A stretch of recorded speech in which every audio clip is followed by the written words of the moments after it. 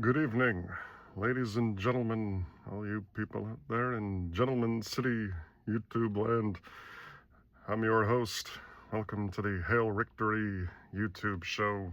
On tonight's episode, or whenever the hell you're watching this, I'll be talking about the Monstrosity album Imperial Doom, released on Nuclear Blast Records in 1992, back before Nuclear Blast went to shit. This label didn't always suck. They're kind of lame nowadays, but back in those days they were pretty awesome.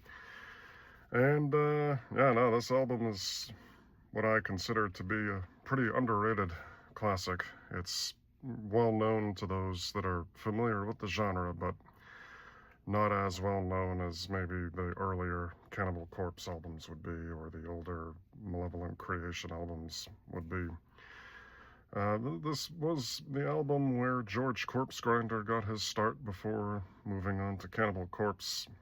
And this album featured what I consider to be the phenomenal drumming of Lee Harrison, a pretty underrated death metal drummer. And it's very Slayer influenced, this album. It definitely, to my ears at least, has a Hell Awaits kind of influence, and also somewhat of a Rain and Blood influence as well. I would say more so of a Hell Awaits influence in terms of the murky, kind of muddy, well, not so much, I hate to use the word muddy, a murky kind of production. It's very raw sounding. I know that Lee Harrison said in his interview with J-Dog that he was none too happy with the production of the album, but I think it's perfect. But yeah, no, this album is, mosquito there. This album is pretty awesome in terms of the overall production and the riffs and whatnot. It also features the bass playing of Mark Van Erp, who only played on this album until the new album that was just recently released.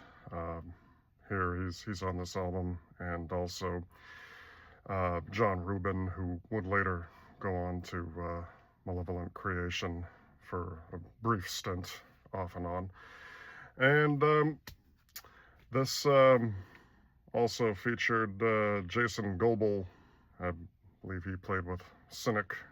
And the lineup for this album is a pretty awesome lineup through and through. Some of my favorite songs on here would be Ceremonial Void, Definitive Inquisition, Vicious Mental Thirst, Darkest Dream. Really not a bad song on here. It's pretty much an all-killer, no-filler kind of album.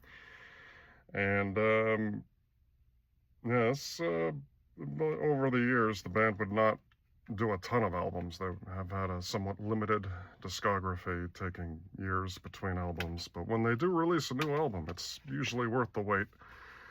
But yeah, that about sums it up for this episode. And if you've not heard it, give it a listen.